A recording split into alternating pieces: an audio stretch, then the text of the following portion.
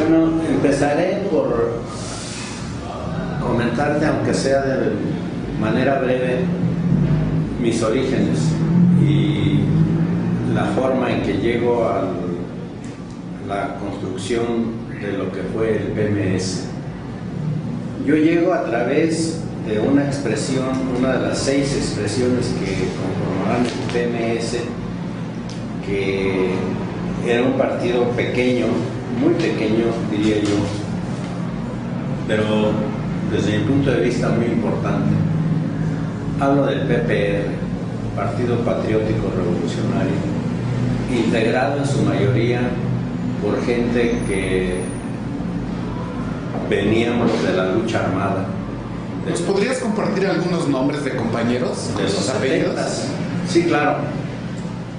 En la dirección de ese pequeño partido estaban los compañeros, básicamente recuerdo 2 por la importancia que todavía hoy tienen, la importancia en el movimiento social nacional. Hablo de Camilo Valenzuela Fierro y de Jesús Zambrano Grijalva. Con todo y las desconfianzas llego a las primeras reuniones del PMS, integramos una comisión coordinadora de la cual tú formas parte, o formaste parte. Esa comisión se conforma con un representante de cada una de las expresiones, el que la organización nombre. En este caso, María Sástiga era del MRP, era la representación de Michoacán. El de la corriente comunista de izquierda, algo así de la UIC. La UIC. La Unión de Izquierda Comunista. Unión de Izquierda Comunista. Don Enrique, un señor de Uruapan, ya grande. De Uruapan, sí. Fabricio, José Luis Juárez Zapatero y yo, por el PPR. ¿Te acuerdas del PMT? ¿Quiénes acudían? Del PMT acudían Aurelio Flores y Salvador Verde. Sí. De PSUM. De PSUM acudía Antonio Franco. Sí. Un tiempo vino Rebollar, del hijo del filósofo que acaba de morir hace como un año.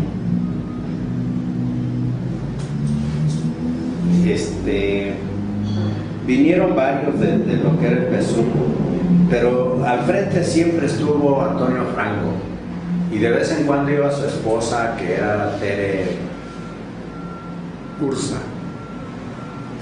Ursa, que era corresponsal de la jornada en Michoacán. Gursa, sí, con G. Sí. Ella se ponía a tejer en lo que nosotros estábamos ahí sacándonos los ojos y jalándonos las greñas, y ella llevaba sus agujas. ¿Y cómo eran esas reuniones? Muy ríspidas, nada camaradiles en general. Me parece, yo no veía condiciones para que nos integráramos. Veíamos las posiciones más extrapoladas, unos que planteaban cosas que desde nuestro punto de vista no eran para nada lo que queríamos, no eran aceptables. Nosotros planteábamos las nuestras iguales, parecían a ellos, y era una discusión sin llegar a nada. Discusiones, duramos más de un año tal vez discutiendo, y lo formamos y firmamos el acta casi con pistola, y porque la Dirección Nacional llegó a un momento y ya se acabó, fírmenle, y ya formamos el partido porque ya vienen las elecciones. Y ese proceso interno con dificultades como parte la convergencia de distintas experiencias de izquierda, pero muy diversas y muy encontradas. Rápidamente pasó al Frente Democrático por la aparición de la candidatura de fue un paso así de a fuerza y corriendo. Órale, órale.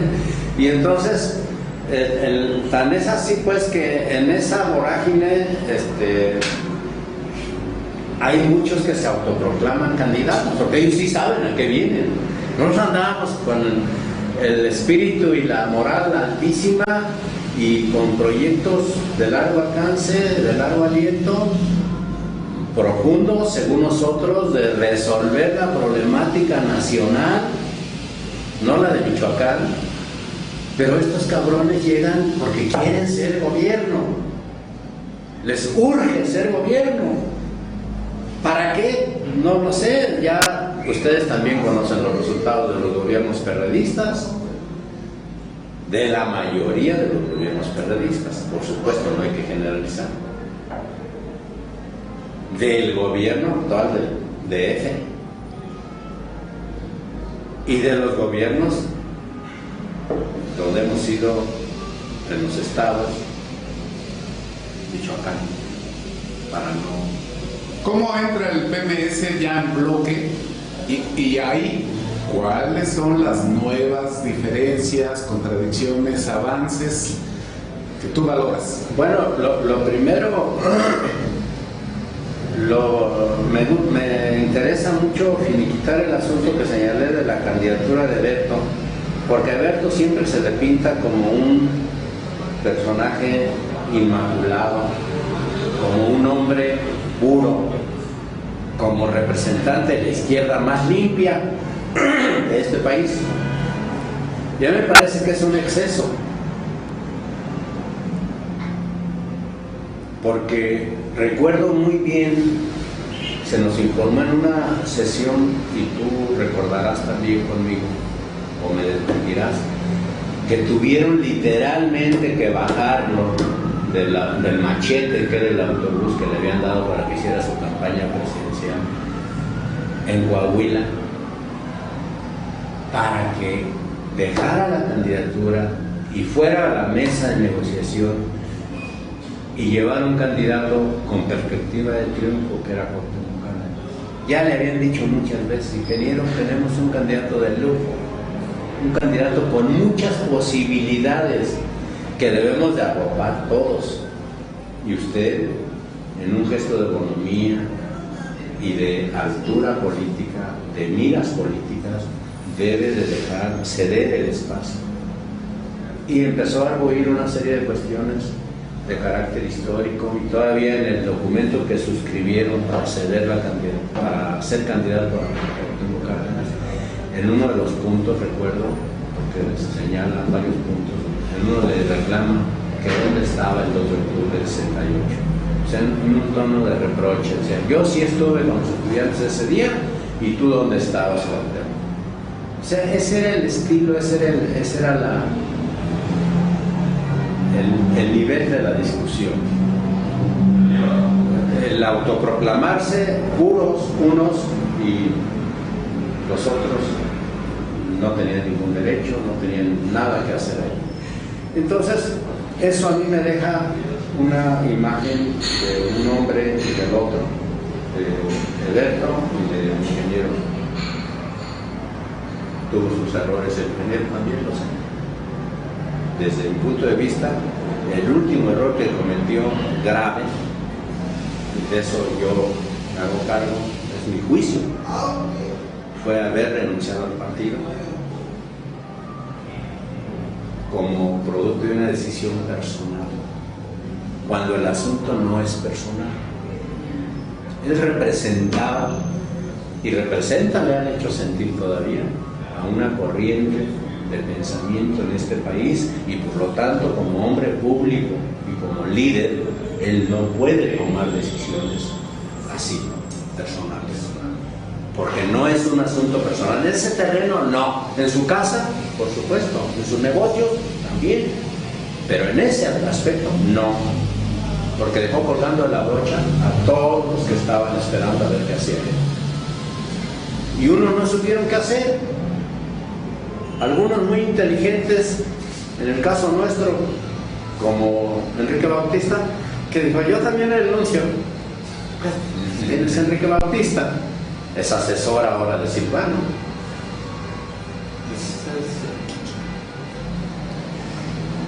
¿Cómo estuvo el proceso de PMS ya en el Frente Democrático y todo lo que se fue dando como paso también transitorio muy rápido hacia el nacimiento del PRD? ¿Qué recuerdos tienes? Pues recuerdo mucho eso que tú me comentabas hace un momento, la imposición de una dirección, de la primera dirección, cosa que nos traería gravísimas consecuencias y que empezó desde allí, pienso yo, el declive o la debacle de lo que pudo haber sido un gran proyecto.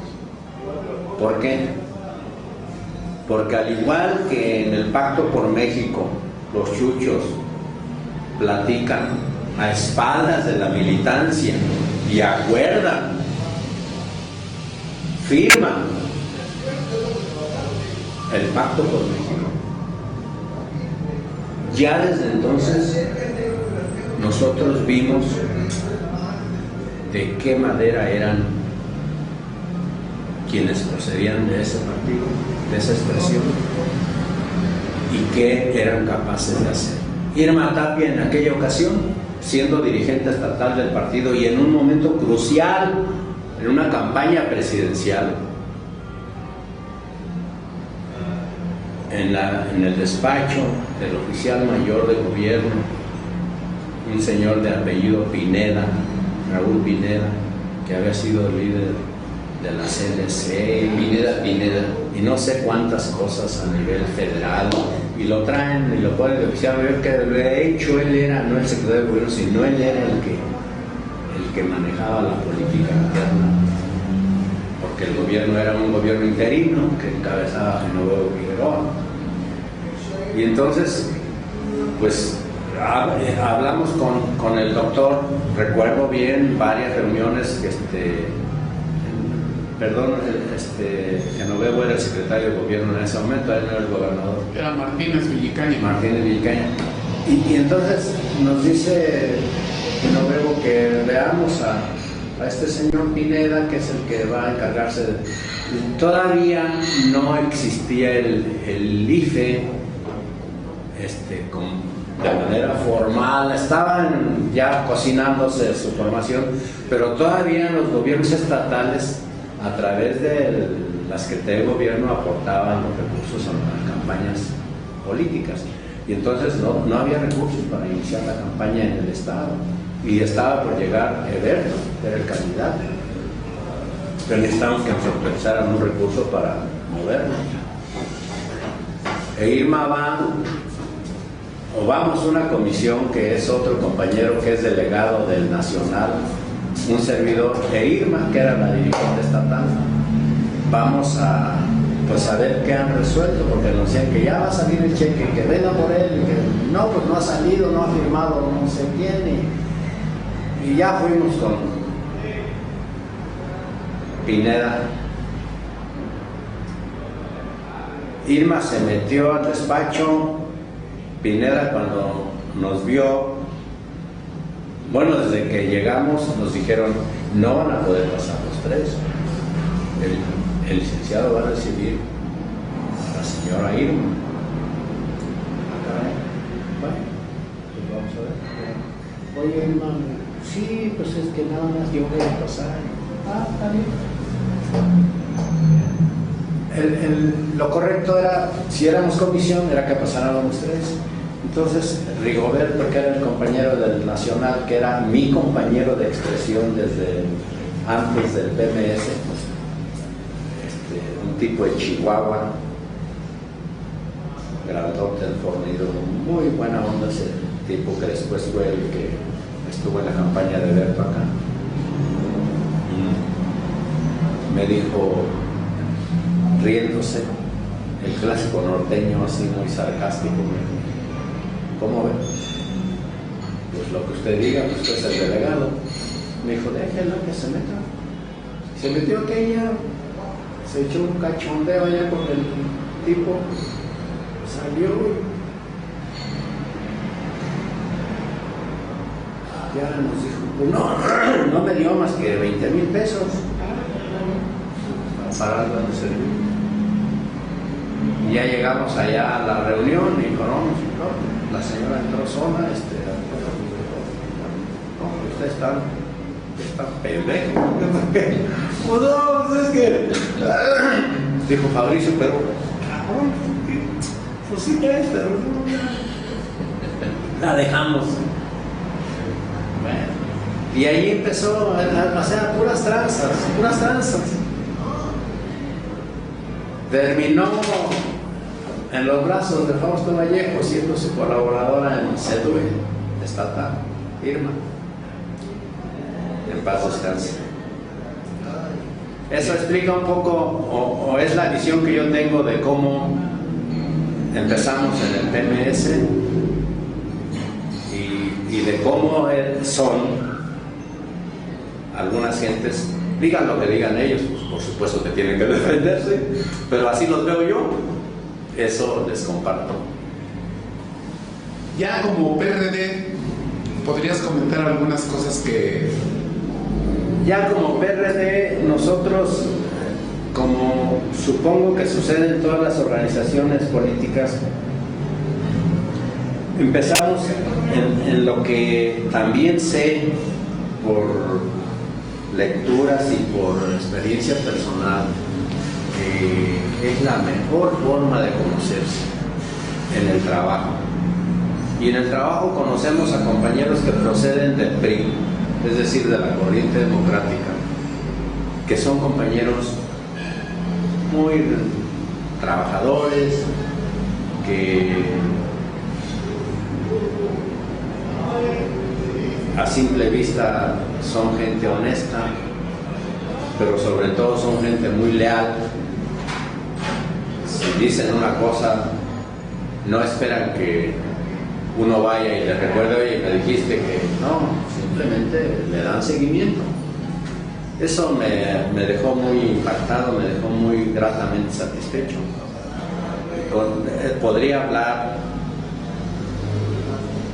sin el afán de excluir a nadie, pero hablaría de un compañero con esas características que por cierto está ya en otro nivel.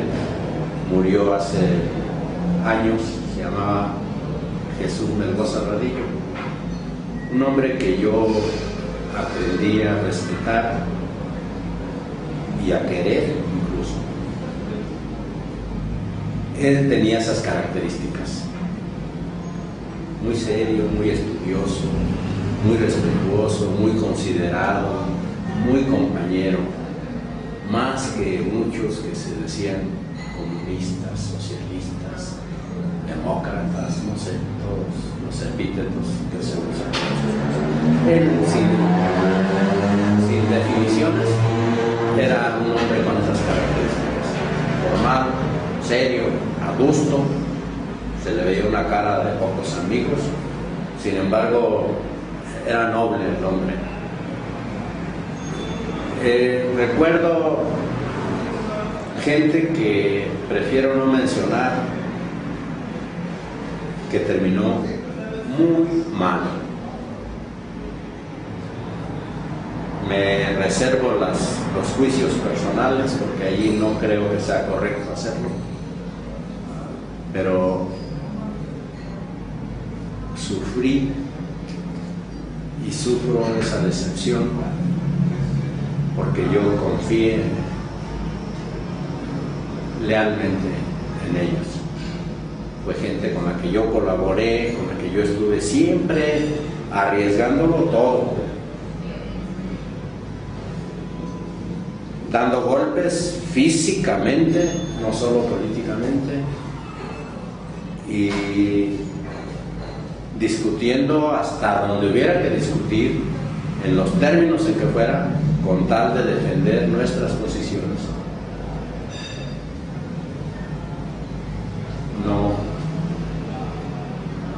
no era como yo lo pensaba, estaba equivocado.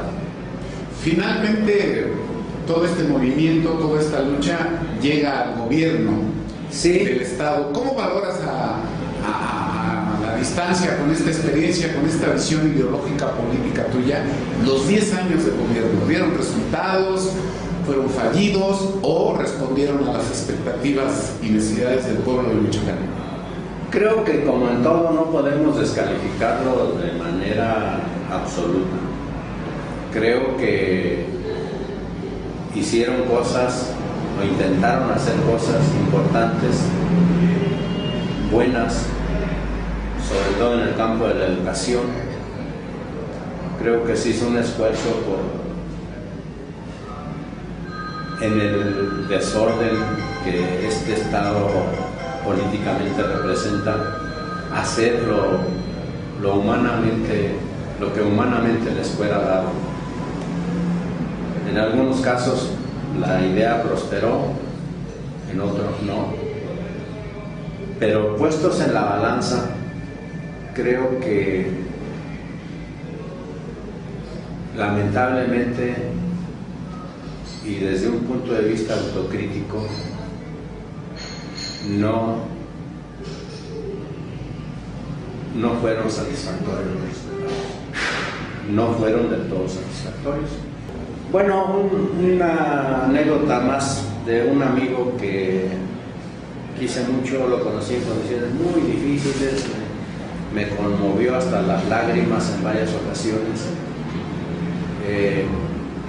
Bromeaba con él, por supuesto, tú también. Bromeábamos mucho con Fabricio, recordamos aquella anécdota de cuando llegaba y le decía: Fabricio, le habíamos dejado alguna comisión, el comité le había dejado alguna comisión, y decía: ¿y Fabricio qué hizo? Bueno, pero ¿por qué, Fabricio? Pues tuve que cuidar a Shanari, cabrón, pues no está María, dice, y yo tengo que lavarlo, que bañarlo y que... Bueno, Fabricio, una semana antes de que muriera, lo fui a ver al ISSSTE, ya en Charo, y estaba María allí, que para allá, que para acá, total que ya di con la cama donde estaba. Lo encontré en condiciones, pues como está uno en el hospital, muy lamentable, mangueras, catéteres por todos lados, caminando. ¿Qué pasó, pues, cabrón? Flaco. ¿Te acuerdas que era por mí? Flaco, pero flaco. Y ya platicamos. Me despedí, le dije: luego te vengo a ver otra vez. No te vayas a morir, cabrón, porque tenemos mucho que hacer todavía. Me dijo: no, pues tenemos que hacer la revolución. Pues sí, cabrón.